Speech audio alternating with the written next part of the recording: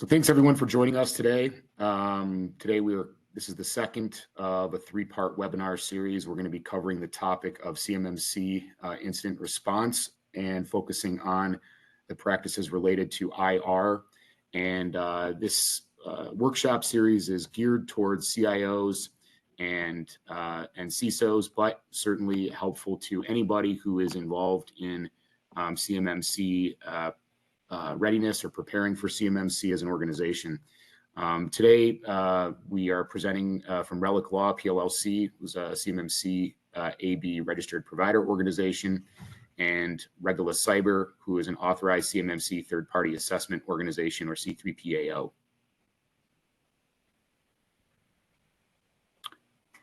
So just a brief disclaimer here at the beginning. Obviously, this is not official consulting advice or legal advice. We're providing examples for discussion. Some of the opinions we're going to provide just simply represent the consensus in the CMMC community, but may not be the ultimate authority. Organizations should consider hiring an experienced consultant to assist with the nuances of integrating various technologies into their information system. This presentation is offered for general information purposes. Nothing in the presentation constitutes legal or professional advice. There's no attorney-client relationship. By joining this presentation, you should consult with your own legal counsel.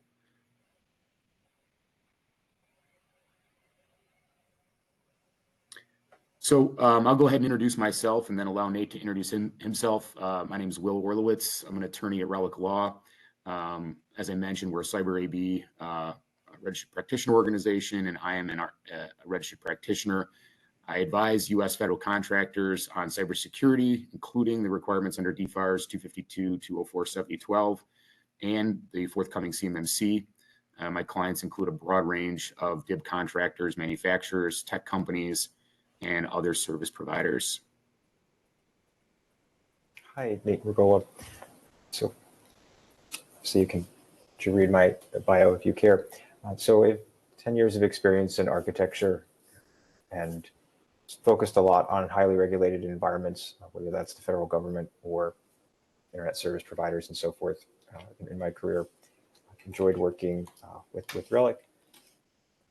And as noted, we're a C3PAO, and I've been involved in the CMMC ecosystem, like Will has for quite a while.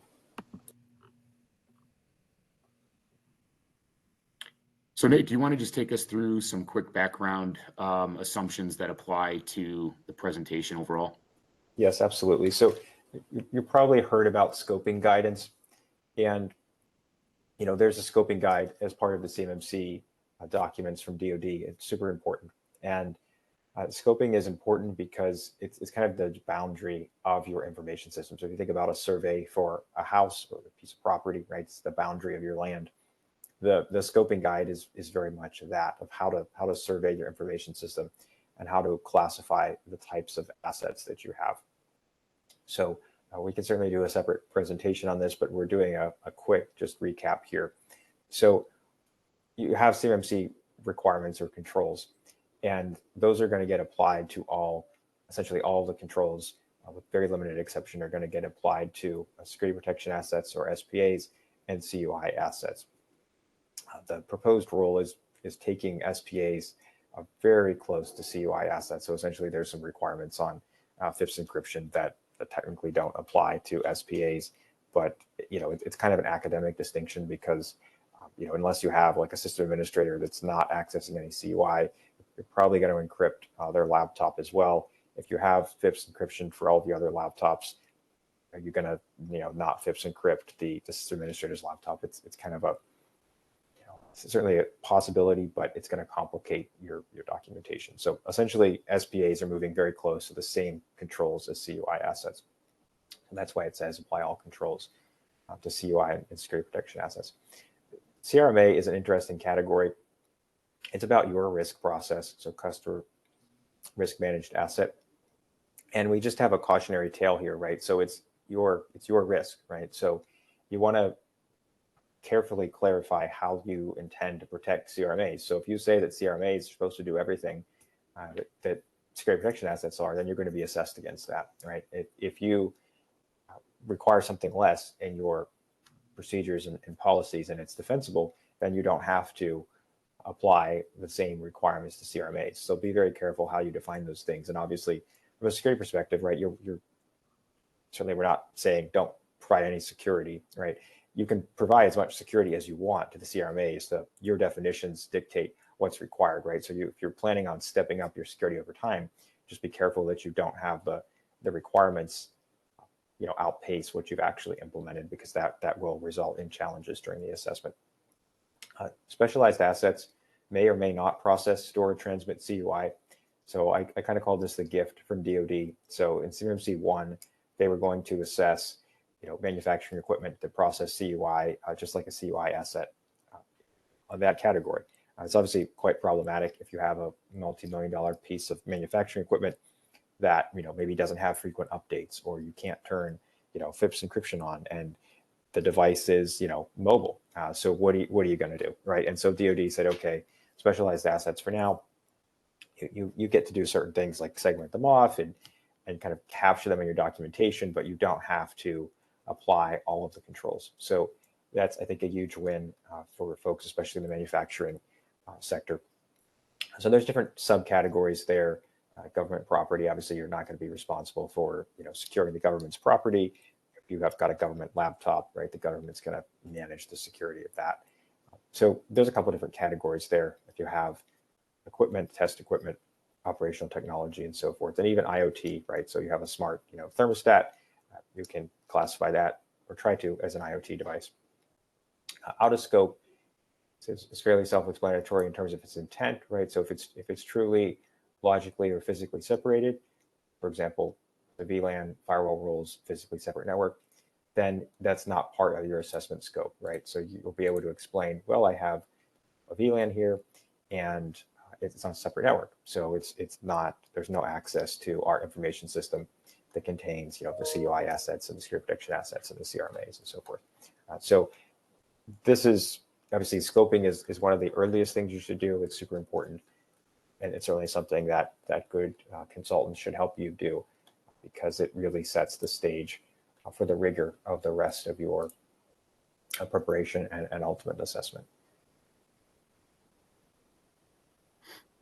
So before we really get into the heart of the three practices associated with the incident response capabilities within CMMC, I wanted to draw attention to sort of the landscape of definitions, the different taxonomy that's used even within the federal, sort of security space, and just to help you think about how your policies may need to be referenced, or how you want to put certain things together.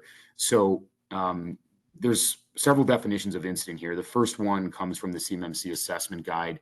And so if you're working in CMMC, this is going to be the most familiar definition, and it's probably the one that you want to pay the closest attention to for the purposes of your assessment. And it's pretty straightforward, and it's very close to the definition that is in Title 44, the definition immediately below.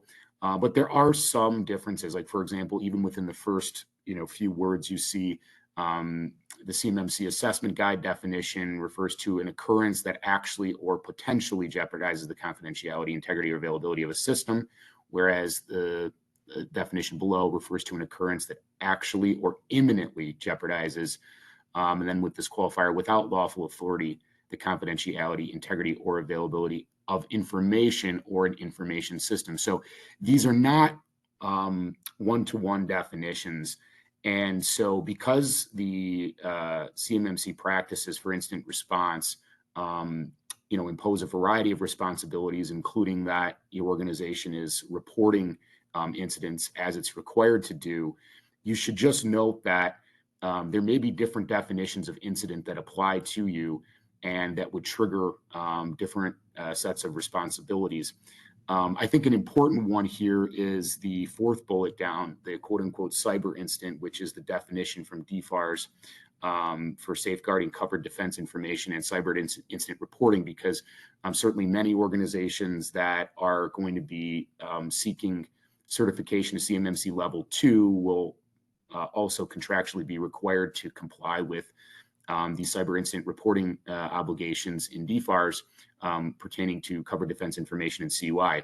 So why we note this here is that it's this definition of cyber incident that may actually trigger reporting obligations to DoD through DIBNet, which we'll talk about subsequently in the presentation.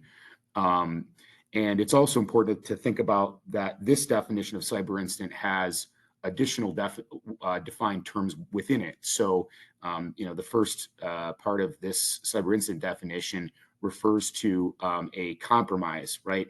And what is a compromise? Well, that's a defined term, again, in DFARS, which means a disclosure of information to unauthorized persons or a violation of the security policy of a system in which unauthorized, intentional, or unintentional disclosure, modification, destruction, or loss of an object or the copying of information to unauthorized media may have occurred. So if you think about that, that definition of cyber incident captures a whole lot of stuff, including, I think, what are commonly referred to as inadvertent disclosures that many companies and organizations experience simply by somebody sending data outside of the environment to an unapproved location or sharing it to an unapproved person.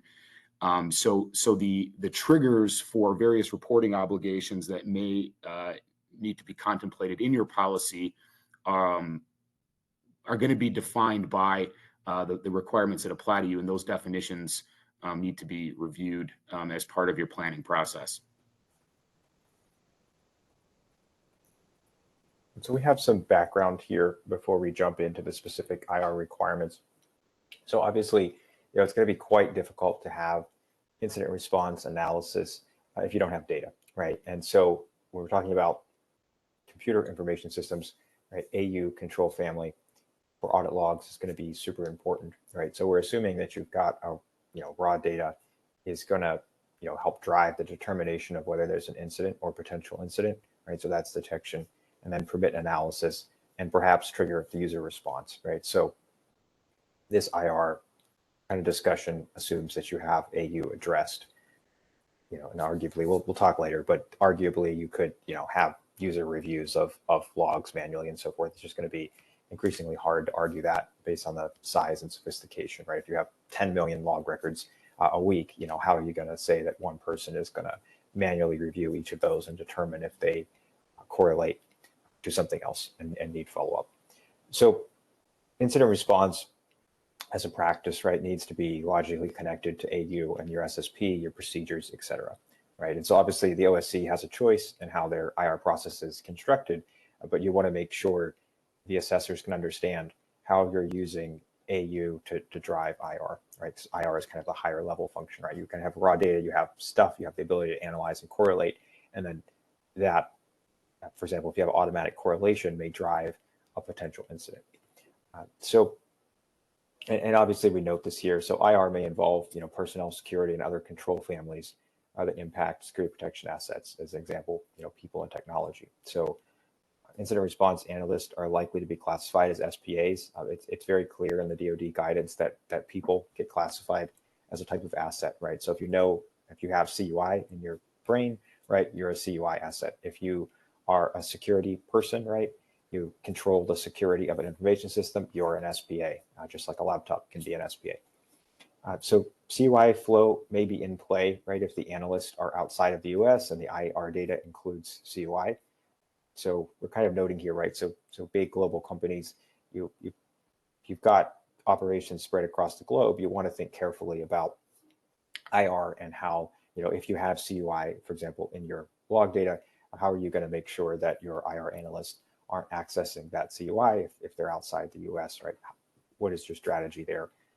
What are the risks? Obviously, the risks are that people may access CUI that they may not be permitted to access, or depending on the type of CUI, and if there's actually a lawful government purpose for them to have that. So lots of considerations there, and that's why we say PS, right? So generally, you're going to subject people to background checks if they're SPA or CUI, right? And so highly likely that your IR people are going to be considered SPAs. So, they're going to want to be covered by background checks and so forth.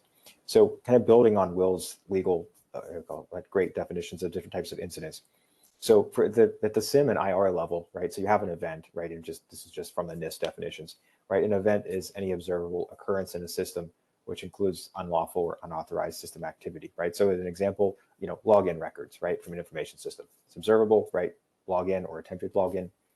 It may be lawful, may be unlawful, right? So if I'm an employee and I've logged in, yeah, that's lawful. If someone has compromised, my credential and logged in, that's unlawful, right? So the same record could be lawful or unlawful, or authorized or unauthorized. What we're referring to here is a potential incident, right? So oftentimes the SIMs can classify things, right? They correlate data, correlate events, and they classify things. And they may say, this is an incident in the SIM, right? I'm really calling it a potential incident, right? Because let's say I log in from London, right? And the system says, well, Nate's never logged in from London. This is an incident. Well, is it really? If I'm traveling through Heathrow, it may not be a real incident or a real cyber incident, but it's a potential incident in terms of the SIM, right? Because the SIM has raised it as something that needs analysis. And so this may not require external reporting, right? So it may be a false positive, right? It's something that your IR team may look at and say, oh, it's actually not a true positive, right? Nate's traveling through Heathrow. It's a false positive. We obviously don't have to do anything because this person's authorized to travel with the device. Not a big deal. A SIM incident. So this is essentially stating that what I just said, right? So oftentimes SIMs create an incident, and the SIM doesn't know whether it's false positive, right? That's why it's creating the event. And you may involve analysts via automated means. For example, if you've heard of PagerDuty, right? It's a typical approach where you've got the SIM, certain types of severity events get turned into incidents, and then you're going to use that to trigger people, right? To take a look and analyze and correlate further and see what needs to be done if you need to, for example, internally report and then eventually externally report. So jumping into the kind of incident handling requirements, this is, why we mentioned the background, right? So IR seems super easy, right? There's only three sets of requirements here, but it assumes a lot, right? So it obviously assumes AU, it ties in with, personnel security for your people and so forth. So we'll talk a little bit more about that as we go through it. So you have an operational incident handling capability. So what that means, to me as an assessor is that you've got, that the capability is generally going to include people, process, and technology. So it should be a data-driven system, right? And whether that's manual or automated, the OSC is going to have the chance to advocate for that. And the goal is to look for anomalous activity, right? So if you have a SIM, it's likely going to be your detection and analysis system, right? It would be wise to leverage that to do that. Otherwise, you're going to have people do it. So preparation. So what does that mean for B? Now, people are trained, right? Data is being collected, procedures exist, people know how to follow them, right? And I say here, from experience, right, a false positive is going to be great evidence to show that you exercised your entire process, of course, except to report to the external, right? So if it's a false positive, you're not going to report externally, but you are able to show that, well, you did everything short of that, right? You've involved your people and your tech, and then you determine that no external report was required. And that's actually, in a way, you could say that that's good to the assessor, right? If you have to report externally every day, it suggests you probably have some risk that need dealt with, right? If you need to report to DoD every day that you've had a CUI leak, that's probably not an ideal situation to be in. So, Nate, real quick, can you maybe give an example of a false positive incident, basically just something hypothetical that people could maybe chew on? Sure. So I'll go back. So let's say we have anonymous login detection in our SIM, which a lot of them do. So I'm traveling through Heathrow. Microsoft detects that it's an anomalous login. I haven't logged into London in the years that the data exist for, and so it flags it and says, potential compromised account. The analyst takes a look at it, talks to my boss, and realizes that I'm on approved travel to the UK to visit a factory, and they check with me and confirm that yes, I actually was at Heathrow at that time using the VPN and through the UK router.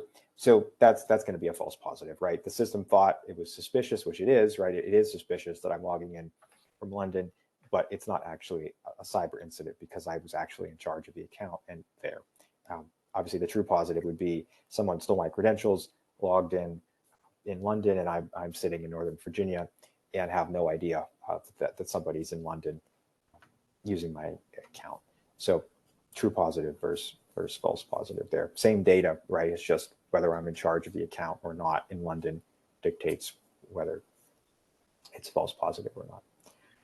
Nate, for an organization that is, just starting into building their IR, practices, will it benefit them in the assessment to basically build a history of, even if they don't have an actual incident that's reportable, but to build a track record of showing how their incident response reflexes are working by logging these types of events or incidents? Yes, absolutely. So, I mean, I would say a lot of the SIMs provide sort of out of the box roles. Some of them need kind of customized before they're adopted. But, I mean, Microsoft has over 50 that are available, right? And some of those are things like anomalous logins. So, I mean, those are great things to turn on that essentially have, low cost if you're using Microsoft's SIM platform. And I would definitely encourage organizations to take advantage of those automated things because it's essentially free correlation and analysis, right? To build that history and then start thinking about, obviously it's going to build you evidence, right? And then it may lead you to change your policies, right? If you have lots of travel and, how are you going to tweak your policies and procedures so that you don't get an incident, every 2 hours, right? If they're all false positives, right? Because then people are going to be trained to think it's not really a problem. They're all false positives, right? But there may be an incident that is actually a true positive someday, and you don't want people to ignore that because they think it's highly likely to be a false positive. So lots of opportunity to kind of tweak the SIM and the potential incidents that get created. And obviously, even a few of those, even one or two false positives, is going to be great evidence to show that you have a system and it's working.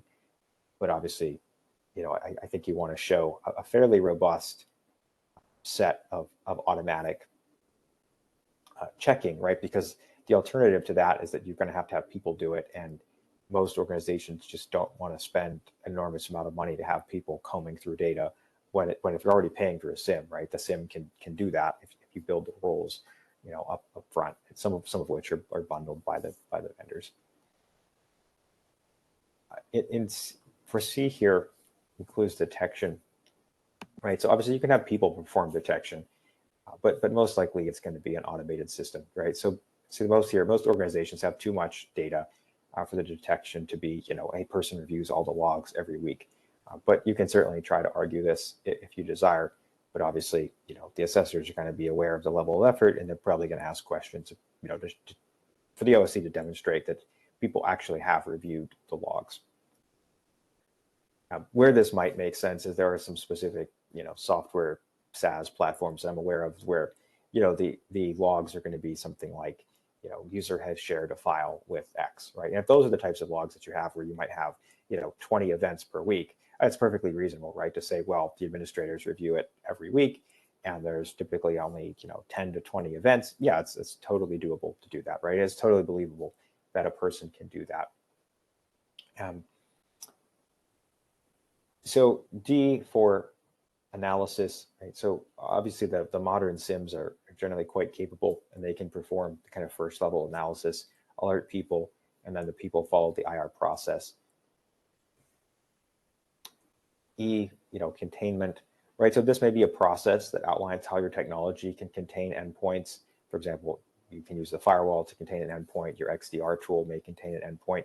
You have a policy that says the user is going to, power down their device until it's turned over to information security, right? All of those are kind of viable approaches, assuming you can demonstrate that it's occurring as designed. Recovery, I would say essentially, obviously there was a kind of backup and recovery component in CMMC 1.0 that obviously got taken away. So this is really, to me, how an organization is going to recover, such as you might, reset your passwords, provision new devices while the old devices are examined and reset, backups restored, et cetera. Do you have to have, backups, not necessarily, right? So just carefully word this for how it makes sense for your organization. But I do think there's good, it's mainly focused on the questions of how you're going to recover if something is compromised. Obviously less on the backups than was there with CMMC 1.0. So user response activities, right? So essentially, how are users tied in to IR, right? So you may make mention of general user IR training. For example, your paging capability to key staff would be a way to involve users, right? And it's always a good idea for users to have an understanding of what they're supposed to do, right, in an incident. So if they know of an incident, they see the virus scanner flashes on their screen, what are they supposed to do in response? Like, who are they supposed to call? Who are they supposed to email? What do they do next, right? Nate, before we move on, I just thought of something that might be a helpful tip. Basically, if you look at this practice, right, it largely tracks with a phased incident response, protocol that many organizations are used to following. In fact, may already have in place based on other industry practices. I think what you want to be sure of is that however your plan is set up, that it's precise and it obviously is meeting these assessment criteria, but also that you are implementing it consistently. And we're going to touch on that again in a subsequent slide, but just from working with many different companies who have stood up IR processes and have policies in place, one of the biggest challenges, unless they have a very disciplined InfoSec team with the SecOps team that is, really focused on this, what I find is that there's a lot of inconsistent performance of their incident response plan. Basically, incidents occur, relatively routinely, and it's almost on an ad hoc basis, depending on their perceived severity, whether or not they are treated according to the plan and the policy. And so for the purposes of being assessed on this topic, I think that it will be valuable to demonstrate to the assessor that you are consistently performing at least these requirements for CMMC.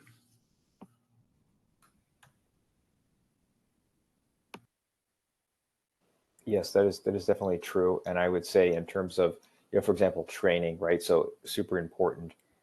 You're going to want to make sure, for example, you have training records for all of your employees, right, that are in scope, right? So if you're saying that you're training users on IR response, right, you're going to want to be able to produce those training records for certainly all of the CUI and SPA users, and likely your CRMAs as well.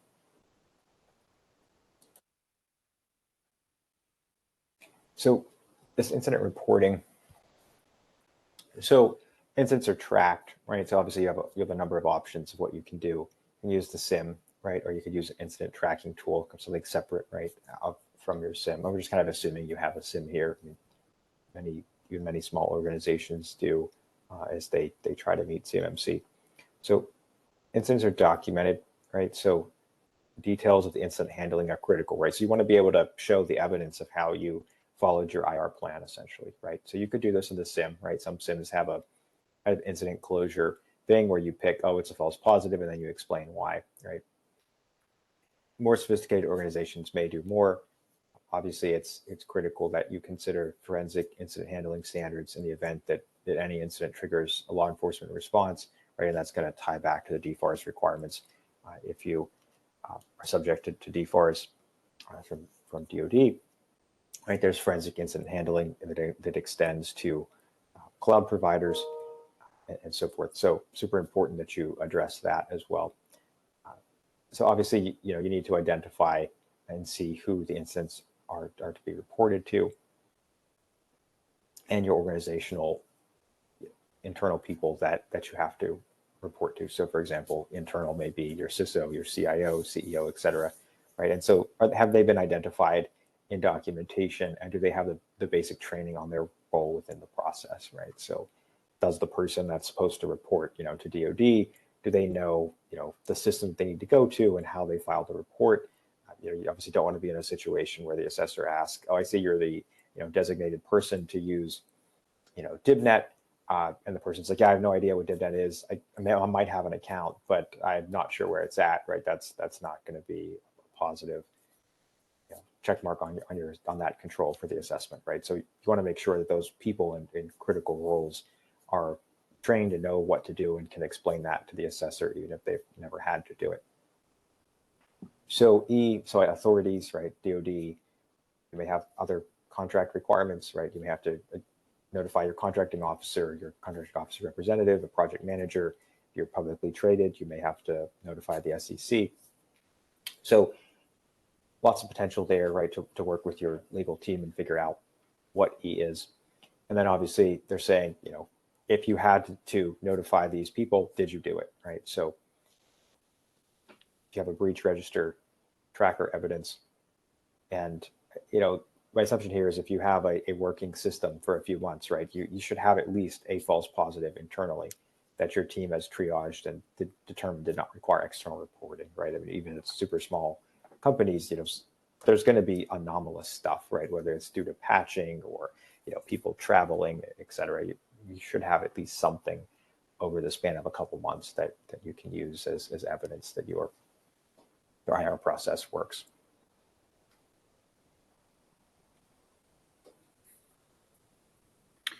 Okay, so before we get to the last practice in incident response, we wanted to just have a quick example discussion about what reporting may look like. So existing federal contractors that have had to report an incident, this information is probably very familiar to them.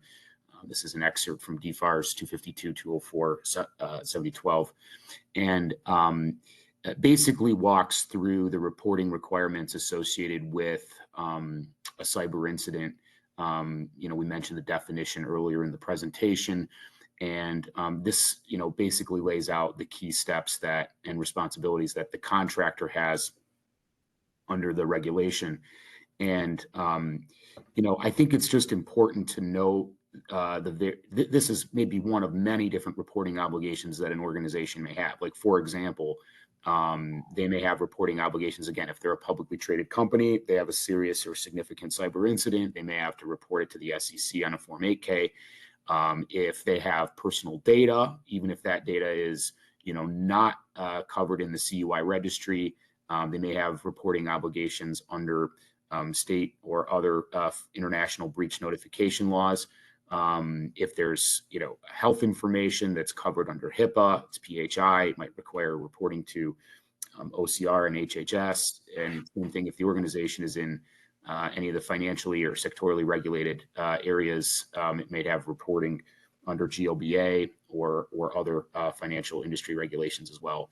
But given that we're focused principally on defense contractors and federal contractors, this example here really goes through what you need to do. So if you have a cyber incident, right, the contractor shall, right, review evidence of compromise of covered defense information, including but not limited to identifying compromised computers, servers, specific data, and user accounts, right? So this is not a list of exclusion, right? It's includes but is not limited to. So any aspect of the information system that is suspected of being compromised that contains the covered defense information will end up being in scope of your investigation.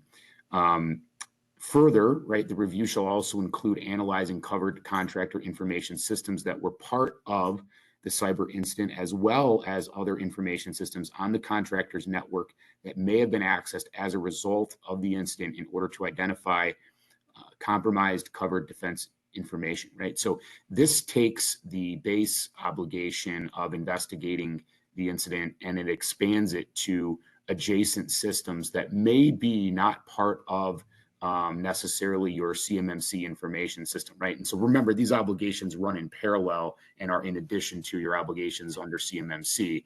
But it represents an example of the type of a incident response investigation that an organization in this space may encounter, right? So you need to look at the scope of that. Next, right, obviously the contractor has an obligation to rapidly report the incident to DoD through DibNet. And rapidly report is another defined term in the regulation, which means 72 hours of discovery. So within 72 hours of basically, your SIM or your analyst flagging this or it being reported to you, you should be prepared to have submitted at least an initial cyber incident report, right? The investigation may have a tail that lasts longer than that, but it should be reported within that time frame. You will need a medium assurance certificate, basically a token, in order to submit that report through DIBnet. And so if you go on the website there is a set of instructions for how to go about obtaining that token, but it basically is just a way of ensuring that the information is transmitted to DoD securely. Additionally, malicious software, right? So let's assume that this cyber incident is the result of some sort of external threat actor, or could even be an internal threat actor that deploys malicious software, some sort of, let's say a ransomware application in the environment. You have an obligation to try to isolate that malicious software and to provide it to the DoD Cybercrime Center, the DC3 as it's referred to, in accordance with the instructions provided by DC3 or the contracting officer. And they do note in here, they noted right in the regulation, do not send the malicious software to your contracting officer. I'm sure that's happened, but that would not be helpful. So obviously, you're going to need somebody who is trained in and has an ability to actually perform that, to properly isolate that. For some small organizations, this may be performed by someone external to the organization. The investigation itself may be performed by someone external to the organization as well. And we'll talk about some of the unique challenges associated with that. Is an important obligation because it requires media preservation and protection. And so when a cyber incident occurs, right, the contractor shall preserve and protect images of all known affected information systems, right? That is a pretty heavy responsibility depending on the size of the system that may be affected, right? And one of the things that you'll need to think about is, during that imaging process, right, there's often competing interests, right? So depending on the nature of the cyber incident, if it's disrupting the business operations, there's going to be immense pressure to focus on restoring operations, right, from the business. On the other hand, right, there's going to be a need under the regulation to preserve that information for the DoD through creating those images. And so the time it takes to do that and some of the disruption may be a natural consequence of having to comply with this obligation. The time that you're required to maintain this information is for up to 90 days for the DoD to request that information if they want to look at it. I also noted here that the DoD may want access to additional information and equipment. So, this obviously allows them to be a little bit invasive, but they can actually come in and do their own forensic analysis if they see fit. And so, of course, in a variety of incidents, that's not going to be the case, but you should be aware that they may undertake their own forensic analysis. And so, Sure, Nate, please. Thanks. So just really important, we go back to scoping, right? So this media preservation is a great example. So if you sign a contract with a managed service provider, a cloud provider, right, you want to make sure they can support this because if you're the contractor, you have the obligation to DoD. So anybody you use to help you, if they're doing something on your behalf, right, running your SIM, for example, you want to make sure that they can support these requirements, because if DoD asks, well, we want, the forensic image from XYZ on your SIM, your answer shouldn't be, well, we can't do that, right? Because you've signed an agreement with somebody that can't do it, right? That's not a position you're going to want to be in.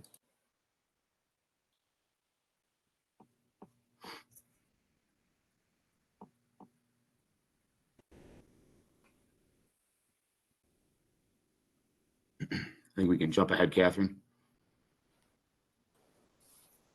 So testing the incident response.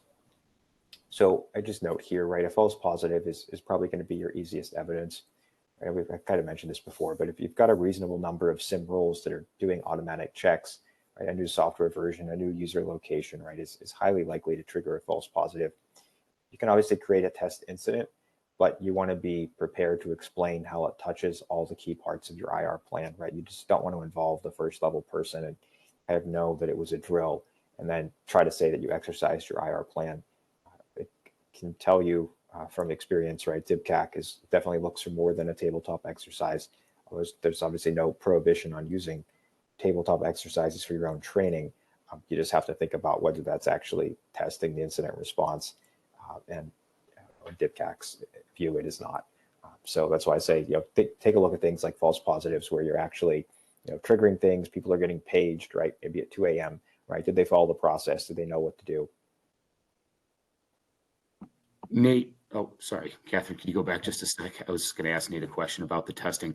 So I get asked by a lot of organizations about, whether they should either stand up a red team and do exercises, or even, engage with outside parties to do those types of exercises that might test instant response capabilities.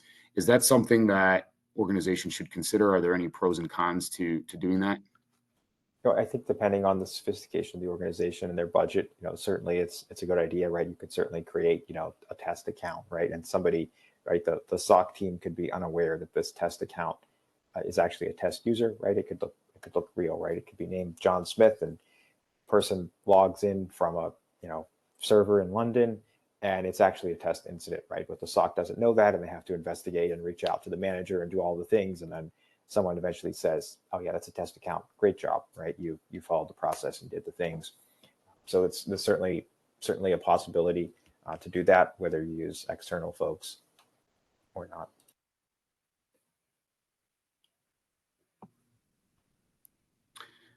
So in failing to plan for instant response, there's just, as Nathan and I and our teams prepared for this presentation, we just try to think of some of the questions or issues that might come up. And there's this list is truncated.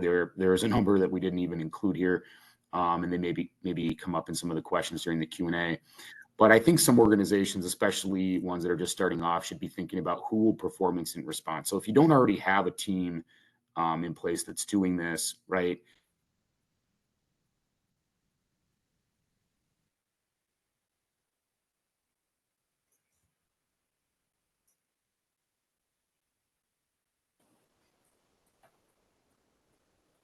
I think I lost Will's audio. Architecture understanding, you have to be able to navigate and pull the variety of logs that would need to be examined, perhaps. You need to understand preserving evidence, right? And the difference between volatile evidence and involatile evidence in a computer environment. And so there's quite a bit of skill that's involved in this process. You have to have knowledge of different tooling that may need to be used in order to collect information if it can't all be gathered from your SIM. So those skill sets may or may not be present within many organizations. Certainly smaller organizations are going to need to think about how that's going to be staffed and whether it can be done by a third party. For larger organizations, I think this might just come down to credibility, right? So is your forensics and IR team credibly staffed, right? So do you have enough people on staff that can respond at any given time within a reasonable time frame? Do you have those time frame objectives that would be able to be met? So questions like that are going to come up in a larger organization. Do you need, for example, a 24/7 SOC with analysts? It's going to, there's certainly no requirement that you have that. But if you can't defend your ability to, carry out your incident response plan in a reasonable and timely manner, I think that might raise questions. As Nathan mentioned earlier in the presentation, if you're going to use external third parties, which many companies do, right? There are outfits that specialize in providing external incident response services, including digital forensics and forensics collection and evidence preservation. Have you identified them in advance? They are likely going to be at least the individuals involved, a security protection asset. And, there will be questions about whether or not they're bringing their own equipment to the engagement, their own software and tooling, and even their own environment to host certain information that they're collecting. So that needs to be thought through. It's a complicated conversation, something, we would certainly help with. But you need to negotiate in advance those contractual requirements, right? So if you have this external, shared responsibility, you need to be thinking about whether or not that party is committing to the requirements that you have and that they need to have flowed down to them in the contract. I think an important question is, obviously we went through this example discussion of reporting a cyber incident to DoD through DIBNAT. And one of the regulatory obligations are creating these forensic images. And so where are those images going to be stored? Depending on the environment that's been affected by the cyber incident, it may not be considered safe, at least at that moment, to start imaging stuff and storing it in that environment. Do you have a place and a plan in place to store that information in an approved environment?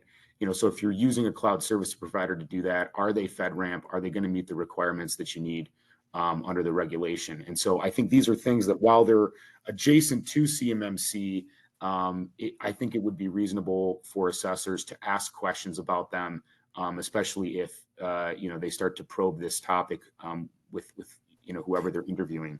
Yeah, one comment there. So I think the proposed rule is very much going toward security protection assets being FedRAMP moderate or equivalent. And the other thing, so it's a good question in the chat of what about the SIM, and does that need to meet forensic capture? And there's a real world example that I was aware of. So essentially an engineer got angry, right, left their job, and as part of their last day, they spewed a bunch of PHI, like assume PHI of like 1 million people, into SIM logs, so they could create a disaster for the security team. Of course, it was in scope in the information system and secured to the same level, but still had to do a bunch of cleanup, right? So in that situation, if your SIM wasn't approved to handle CUI, right, then you just had a CUI cyber incident, right, that you're going to have to report theoretically, right, to DIBNAT. If you had your SIM secured and legally authorized to hold CUI and assessed, then you might have CUI where you don't want it, but you're not going to necessarily have a cyber incident, right, because it didn't leave the boundary of your information system that was accredited to handle it. So, obviously companies get to make a lot of decisions, but you also want to make sure that you're not sending CUI, in your logs if you're not intending to, because that would obviously change your SIM from an SPA to a CUI asset. So, those are the types of things that that can and do happen, unfortunately. That's a great example, Nate. Yeah, I also wanted to mention, obviously, the forensic analysis component, because this is a topic that's foreign to many people. Even in the security space, it tends to be a niche area. And right, so NIST SP 886, there's a guide to integrating forensic techniques into incident response. It's great. It talks about how to preserve evidence properly, right? It talks about chain of custody, documenting things along the way. Obviously, when you have certainly any type of significant cyber incident, you're going to want to have some best practices for investigating it and preserving the information and documenting that.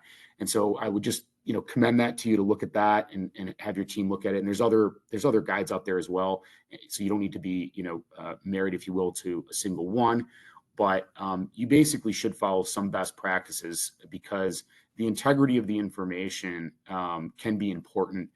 Depending on the particular incident that you may experience may have broader implications for the DoD and other contractors. And so the how that information is preserved is could be important, and it could be important from a legal perspective if the incident puts you in certain legal jeopardy. I think in terms of documentation, again, there's no, one size fits all answer to this question, but, in terms of what documentation should you maintain, I think that there are some key artifacts. Nathan mentioned the registry, obviously an incident report. with your, findings and so forth. And there's templates out there that you can look up, but they should contain the basics at a minimum. But I think that they should scale commensurate with the nature of the incident. So, as Nathan mentioned, you have a false positive incident. You're not going to compile an extensive record on that and the associated investigation, but you are going to want to record significant information if you, let's say, have widespread ransomware attack affecting your CUI environment. So I think that you need to use common sense there, but the documentation should be maintained consistently. I think there's a question here about, is our documentation and history of incident handling consistent with our policy? I mentioned this earlier simply because I've seen it so often where organizations are not handling and documenting incidents consistently. Like they will get incidents reported from employees that are relatively minor, or in many cases from vendors, which we haven't touched on a whole lot in this presentation. But a vendor has an incident, and the question is okay, what do we do now? Do we need to document it? Do we create a ticket? And how do we handle that? And I think that your policy needs to be your policy, and then your incidents need to be handled consistent with that policy. So, I think you need to think about how an assessor would perceive inconsistencies in how you're handling, your incidents. This next bullet really, I think gets at how incident response is connected to some of the other practices and the security program overall. Clearly your incident registry, I think Nathan mentioned this in passing, that it can reveal failures or misrepresentations in other parts of your security program, right? So if you have a large history of incidents, right, there's no penalty for that, right? Of course, but what it may suggest to someone is that you are not performing in other areas, especially if those incidents, if the root cause analysis demonstrated that they were failures of security practices that you should have had in place, or perhaps you have a recent incident that's logged that would have been prevented by a security practice that should have been in place, and during your assessment you're representing that those practices are in place, right? An assessor may pick up on that, and that's just going to cause further probing on that. So I think you want to be cognizant of that, and obviously the best case scenario is that you are your security representations match your incident history. And then, are we properly reporting reportable incidents under applicable requirements, right? So that's actually one of the requirements of the reporting practice. And I think that you'll need to have some documentation showing that. So somewhere in your incident file, if it is a reportable incident, you'll need to show that it was reported, probably when it was reported and by whom and so forth. And that could be any regulator. It could be, obviously DoD through DIBNet, or it could be, the SEC, or it could be, any other type of regulator that would have required a reporting of that incident. So those are just some things that we wanted to include here. I'll try to get through these quite quickly. So sample incidents, the SIM detects an anomalous user agent, for example, a browser version, triggers a SIM incident, right? Not yet determined to be externally reportable. So if your analyst reviews that and says, oh, it's Safari, and we just had a Safari upgrade last week, there's a CM ticket for that, but clearly that's going to be a false positive. You're going to say something like reasoned, CM ticket 123, authorized the deployment of Safari version 234 to mitigate vulnerabilities, right? It's the first time the SIM is seeing that version, so it's detecting it as anomalous, right? So this is an example of Will's point about, you've got a false positive. You're probably not going to write, a book about this. Now, let's say you have a situation where there was an anomalous user login from London, triggers a SIM incident, and it turns out, the employee is not actually in London, right? So this is a real problem. So probably going to be a true positive, right? So employees at Northern Virginia, you can kind of read the example here in the video. So your IR process is probably going to continue, right? You're going to deactivate the user account potentially, right? Isolate their approved devices, trigger review of the logs to determine how their MFA code was obtained and the impact to your information system and your data, right? So if you have a daily report to executives, you're likely going to report this, right, internally, that you're continuing the review. So then perhaps overnight you determined that the OSC got lucky and no CUI was accessed. So the logs substantiate that the user was phished. And so then you might make changes, right? You might say you turned on link scanning for all users at the company. You do another round of phishing training, and you decide to block logins from outside the US unless there is a filed exception in place for that user. For example, they're going on approved travel, and there's a business need to log in, such as visiting a manufacturing facility in the UK. And then from the user perspective, you might have the manager warn the user that obviously clicking links is dangerous, has the potential to compromise CUI, and then you've updated their employee file, right? So just kind of painting the complete picture here, right? So what does the IR process might look like? You've maybe made changes to your overall IS posture, and then you've noted something for the employee. So the assessor asks, what happens, right? Your policy might say, oh, we discipline employees, we record things. Well, do you discipline the employee? Do you record things, right? So this is the example that your policies say that, and there's a record that the employee was warned, and you've made an annotation in the file in addition to making changes to your information system, right? So that sounds like a good response, right? The organization has learned from the incident, they've improved things, and they've also made a notation on the employee and tried to train everybody as well to enhance their posture, right? Are all these things required? No, of course not, right? This is a talking example. But if you have these types of incidents every day and you don't ever change anything, you're likely going to make your job quite difficult to argue to the assessment team how you have a reasonable risk process. Next slide, please. Yeah, for Q&A, we can certainly take questions live, but we have a couple here and we only have a few minutes. So I'm just going to kind of take these here as I see them. There was a question from Jacob asked, could a managed detection response MDR tool / team from an external vendor be used to satisfy this control? They alert our team and we make decisions on the potential threat. He notes that he's from a small enterprise where they transfer risk as much as possible due to the small workforce. Yeah, so as I'd say, yes, certainly the big picture answer is yes. Just be super careful with what is the scope of the services and the systems they're providing, right? So you want to make sure that that scope is documented, the asset classifications, if they're using their IT, they have a SaaS, right? Is it a FedRAMP SaaS? It's highly likely that in the final rule, security protection assets are going to require FedRAMP moderate. If the government doesn't do it, this year, I expect they're going to do it in the near future. So just keep that in mind as you kind of negotiate contracts. And at a minimum, it's highly likely that provider is going to require a CMMC assessment. So just make sure, they're supporting the incident response DFARS requirements to the extent they need to, and that all of the scoping is appropriate so that you can explain to the assessment team what their roles and responsibilities are and what their shared responsibility matrix looks like to how they're supporting the CMMC controls that they need to support. Nathan, I know you have some obligations after this. Do you have a couple time for a few more questions, or should we allow people to email us? And I do have time for a few more questions. I did answer the SIM one. Try to do that throughout the deck. So if there's an additional question. Okay.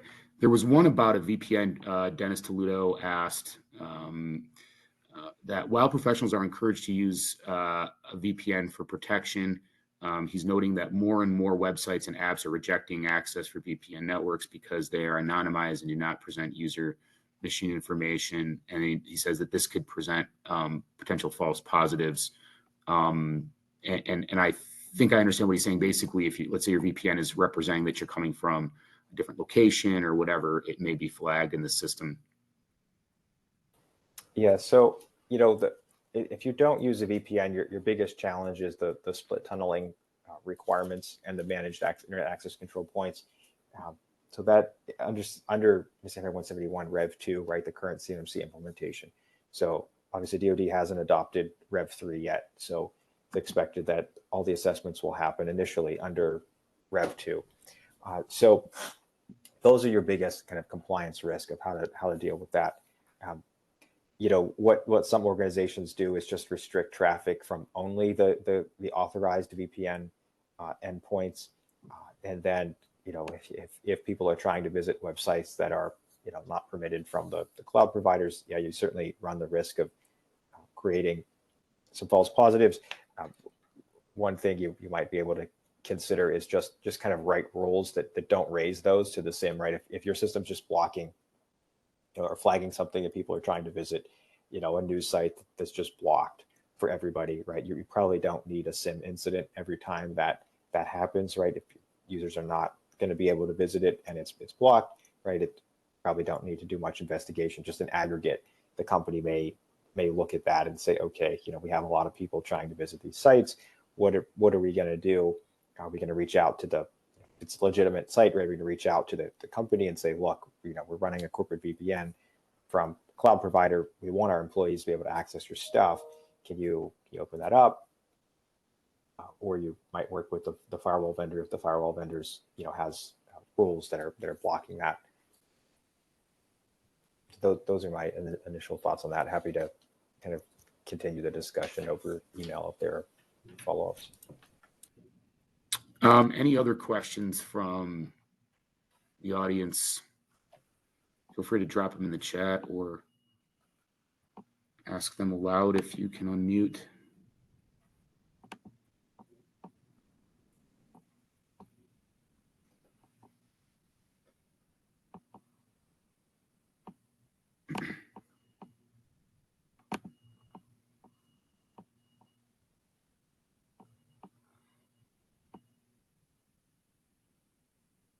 Okay. So not seeing anything else come across. So if you have questions that you want to ask, will the Prezzo be available? Oh, the presentation. Yeah, I believe we've recorded it and are going to upload it onto at least onto our YouTube page. So you should be able to access it there, and I can circulate a link after today. So absolutely. And if there are any other questions that you want to ask privately, of course, feel free to email Nathan and myself. Our contact information is here. And again, I mentioned this was the second of a 3-part webinar series on CMMC workshops for CIOs and CISOs. The last and final of this 3-part series will be on Wednesday, August 14th at 1 p.m. Eastern Standard Time, and we will be covering system and communication protection, a fairly complex and robust practice area that I think we'll be able to shed some actionable and helpful light on. So hope you join us for that. The invitation for that should be up on Eventbrite soon. And we thank you for joining us, and we look forward to seeing you again. Thank you.